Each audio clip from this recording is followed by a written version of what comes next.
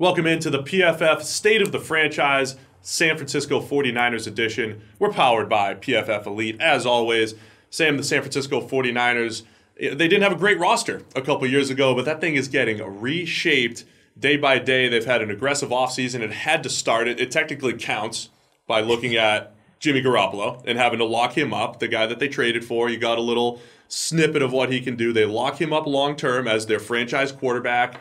They go and get Richard Sherman after he gets released by the Seattle Seahawks. You weaken your division rival. You strengthen your secondary, which really needed it. Jerick McKinnon comes in as a running back in free agency coming off of his career season. Weston Richburg at center. There's a lot of good players coming into San Francisco. Yeah, let's go back to the Jimmy Garoppolo thing first of all, because that is the biggest move that they've made in the last year, twice. You know, they brought him over, it transformed the franchise, and then they lock him down long term. They get their franchise quarterback of the future, and that is huge. I mean, this team was basically incapable of winning a game last season until Jimmy Garoppolo got the start. Then they won 5 straight to end the season, and really, genuinely, this team could have become a playoff caliber team doing nothing other than putting Jimmy Garoppolo at quarterback. That's how transformative he was for this roster. And we're going to see next season, you know, if he can continue that kind of pace and really be as good as he looked like he has been so far in these first 5 games. But, you know, locking him down, obviously, though it was something everybody assumed was going to happen, is still the biggest move this team's made. Yeah, absolutely. He looked great down the stretch for the Niners. You're talking about a team that was getting ready to be, maybe one of the top 3 picks in the entire NFL draft, and now they're at 9 because they won a bunch of games with Garoppolo at the helm. His accuracy is outstanding, handled pressure extremely well, so they're really excited about what they got in Garoppolo, obviously with the money. The Richard Sherman deal, I think when you look at that, everyone's discussing how it's a team-friendly deal, and I think Sherman will be plenty happy if he hits all the incentives that he negotiated himself.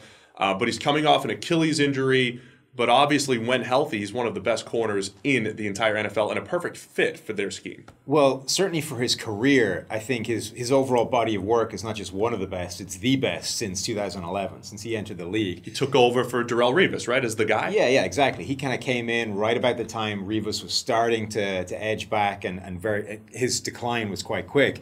But since Sherman came into the league, he's allowed 48% of the passes thrown his way to be complete, which is the best in the league, the only guy under 50% over that time span. He's allowed 47.7 in terms of passer rating when targeted. Again, by far the best in the league, the only guy below 60 over that time span. So Richard Sherman is genuinely one of the best corners in the league right now when healthy. The big question mark is, what does a guy of his age coming back from an Achilles injury look like in year 1? Because that is an incredibly team-friendly deal. And from Sherman's point of view, acting from his own agent, you know, he believes in himself. So he was perfectly happy to sow this thing full of escalators and incentive-based money, thinking that, of course, I'm going to hit it. I'm Richard Sherman. I'm one of the stars of this league. At my best, I'm one of the best corners out there.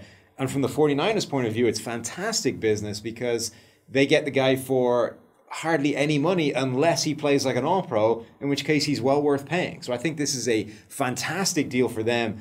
And from a schematic point of view, that defense represents one of the few teams Sherman could go and replicate basically what he's been used to playing with in Seattle, the perfect system fit for him, and a team that gets to play the Seahawks twice a year, a team that's his vengeance factor. He can get revenge on twice a year.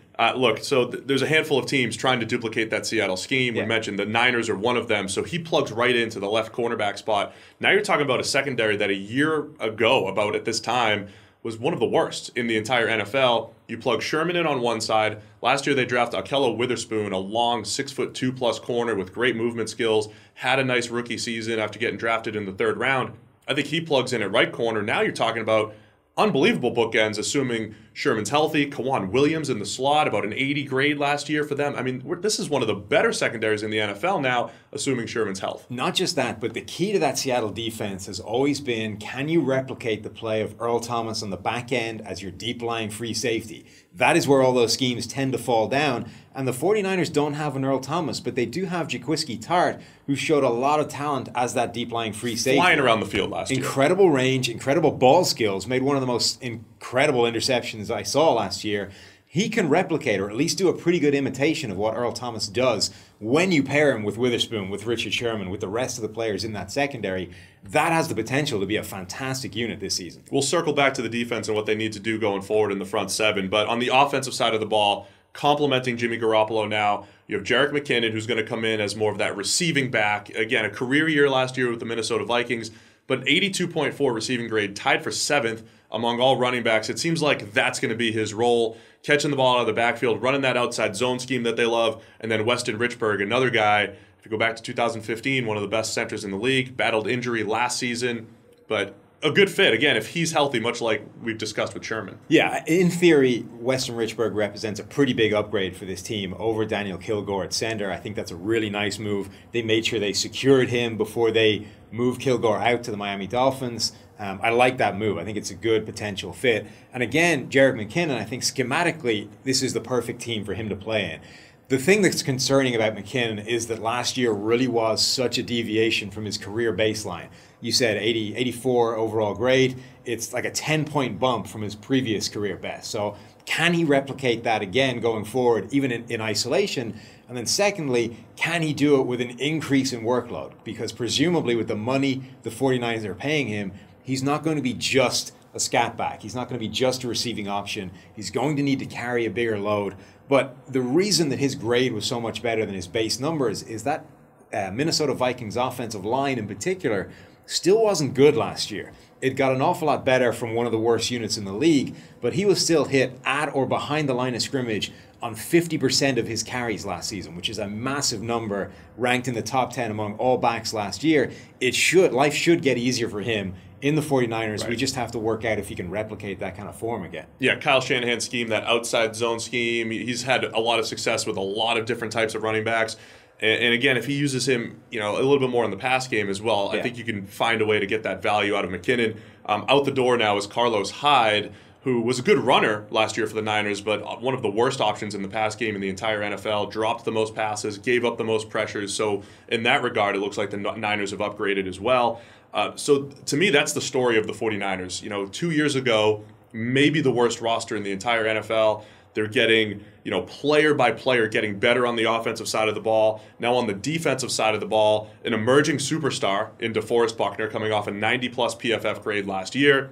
And an emerging superstar, assuming he's not in trouble. That's Reuben Foster at linebacker. We mentioned Sherman on the back end. Now they have stars at every level, but I still think they're going into the draft, even though they've drafted first-round defensive linemen the last 3 years. I still think that true edge defender has to be on the to-do list when it comes to the draft, picking at number 9 overall. Yeah, it's by far their biggest question mark remaining. They've drafted defensive line for the past 3 consecutive seasons in the first round, but they're all essentially the same player. They're an interior, 5-tech, 3-4 defensive end kind of player. Now they need the guy that can play legitimately on the edge and get outside pressure in a way none of those guys really can. Every time they drafted Solomon Thomas last year, we looked at that and we asked, how are they going to get these 3 guys on the field at the same time, because they're all effectively the same position? And the only answer is they either didn't do it or they got Solomon Thomas to play on the edge where he just isn't at his best.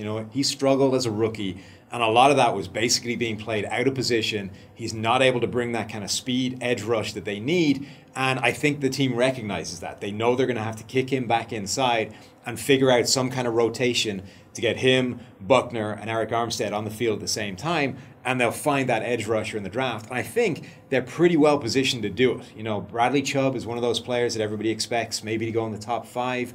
We're not as keen on him, but actually it might be better for the 49ers if he does go before they pick, because that frees up a guy like Harold Landry to potentially drop to where the 49ers pick.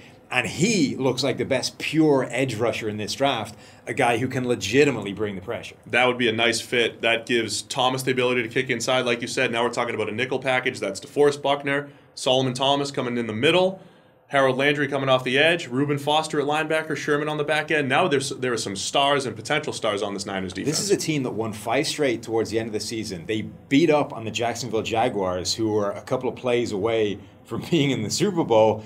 This team could very quickly become one of the better sides in the NFL. There you have it. Sam Monson is predicting the 49ers are going to the Super Bowl next year. That is your PFF State of the Franchise San Francisco 49ers edition.